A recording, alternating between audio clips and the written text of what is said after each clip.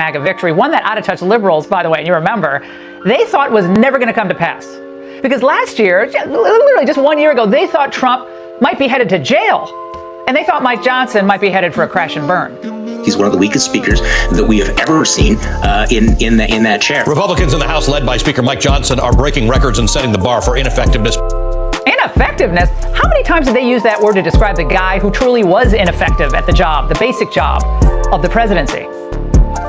Now, the truth is, while Trump, Johnson, and their teams were working hard to get the votes they needed to pass this legislation, so-called journalists, we've been seeing a lot of them running around lately, and political analysts, they were all asleep at the wheel because their partisan views were blinding them to the truth. You know what the truth is? Trump's just better than about anyone else out there at politics. Working with Speaker Johnson, Trump was always going to get the votes he needed. I never had a doubt about that, including from the Freedom Caucus, at least the ones he needed.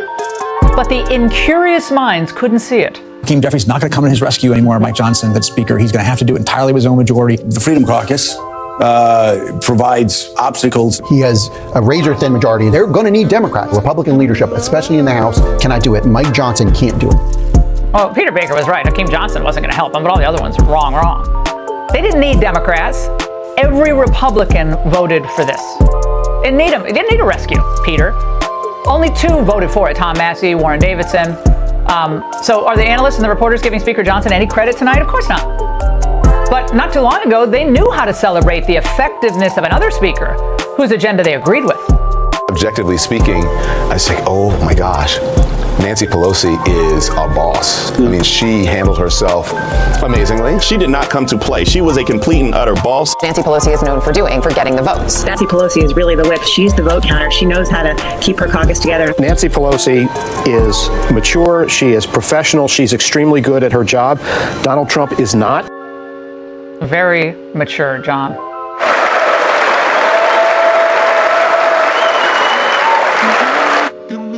Look, the last 48 hours shows us once again that Donald Trump knows more about politics than anyone else, at least in the past 50 years.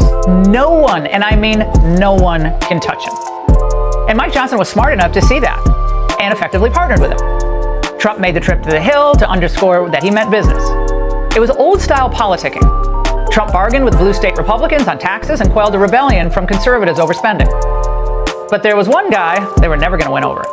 You watch, next year we'll spend more money than we did this year, and the year after that we will too. This budget will add at least $30 trillion to the debt over the next 10 years, and it's a Republican budget. Well, the debt is a ticking time bomb, that's for sure. And because of the trillions in deficit spending in this bill, buyers of U.S. debt are increasingly skeptical that Congress will ever get serious about these spending cuts. So their argument is that this could have disastrous economic consequences for the country and has to be dealt with. And now the bill moves to the Senate, where Republicans are already conceding some of this problem. I think there's some opportunities for more efficiency, some more savings, and there's still a lot of decisions to be made. So I think we're talking about weeks or months. Let's don't get high on our horse here that we've somehow made some major advancement of reducing spending, because we didn't. All right, let's start with the Pentagon, Lindsay. All right, of course, on the flip side, if the Democrats get back into power, they have zero intention of ever cutting any spending except maybe on border enforcement. All Hakeem Jeffries could do in the middle of the night was spit in the wind about the guy whose team found billions in savings. Waste, fraud, and abuse has been presented in a compelling way. At the same time, when Elon Musk and his federal contracts are worth $8 million a day. If you're trying to find waste, fraud, and abuse, I have a suggestion. Start right there.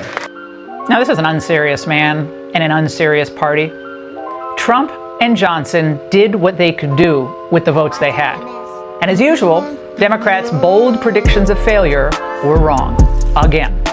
And that's the angle. Hey, Sean Hannity here. Hey, click here to subscribe to Fox News YouTube page and catch our hottest interviews and most compelling analysis. You will not get it anywhere else.